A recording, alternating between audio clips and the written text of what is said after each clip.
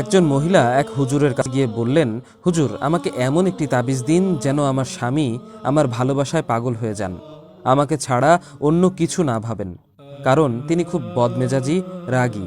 আমার মনে হচ্ছে তিনি আমাকে খুব একটা ভালোবাসেন না।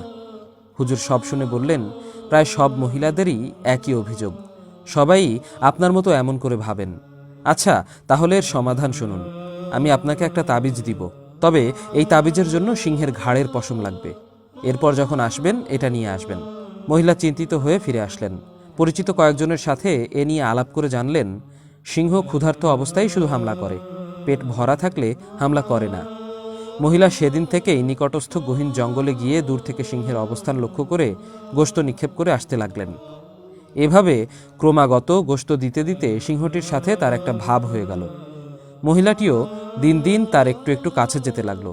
এভাবে সে অনেকটা পোষ মেনে গেলে মহিলাটি তাকে খাবার দেওয়ার সময় মাথায় ঘাড়ে একটু একটু হাত বুলিয়ে দিতে লাগলো। সিংহ এতে অভ্যস্ত হয়ে গেল এবং তাকে আর কিছুই করল না। এভাবে সহজেই একদিন তার ঘাড়ের পশম এনে হুজুরের কাছে বড় আশা নিয়ে উপস্থিত হলো। আজ তার মনে অনেক আনন্দ। আজ অনেক দিন পর তার মনের আশা পূর্ণ হতে যাচ্ছে। এবার থেকে আর তার স্বামী তাকে ভালো না বেসে থাকতে পারবে না। এই ভাবতে ভাবতে সে আনন্দ মনে হুজুরকে সিংহের কেশ তুলে দিল। হুজুর এটা দেখে খুব অবাক হলেন। তার হাতে সিংহের কেশ দেখে জিজ্ঞাসা করলেন, আপনি এই অসাধ্য সাধন করলেন কিভাবে? মহিলা তার পুরো ঘটনা সবিস্তারে শোনালো। সে বলল, আমি প্রথমেই সিংহের মন পাওয়া যায় কিভাবে সেটা জেনে নেওয়ার চেষ্টা করেছি। বহুদিনের চেষ্টা, পরিশ্রম ও অধ্যবসায়ের মাধ্যমে আমার লক্ষ্যে সফল হয়েছি। তখন হুজুর বললেন, দেখুন বোন, আপনার স্বামীর যত রাগই হোক না কেন, এই সিংহের চেয়ে হিংস্র বা রাগী অবশ্যই নয়।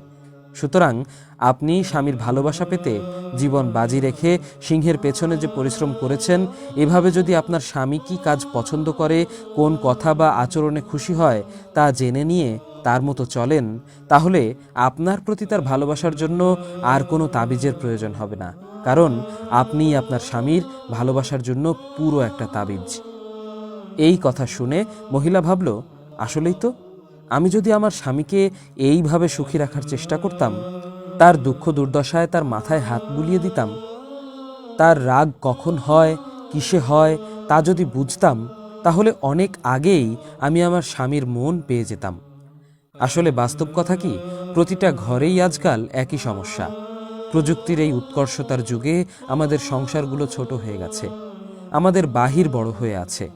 বাহিরে সবার সাথে আমরা হেসে কথা বলি, আনন্দ করি, কিন্তু ঘরে আসলেই আমাদের কি যেন হয়ে যায়। আমরা চিৎকার চেঁচামেচি করতে থাকি। এতে আমাদের সংসারের শান্তি বিনষ্ট হয়, ঝগড়া বিবাদ হয়। কেউ যেন কাউকে আমরা আজ বুঝতে চাই না, শুধু বুঝাতে চাই। আমরা কথা শুনি জবাব দেওয়ার জন্য, কিন্তু বুঝার জন্য শুনি না।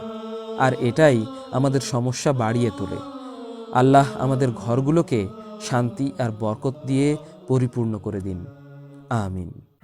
আমাদের ভিডিওগুলো ভালো লাগলে আমাদের ইসলামিক স্টোরি ইসলামিক গল্প পেজ লাইক দিতে পারেন এবং আমাদের YouTube channel Islamic story subscribe করতে পারেন।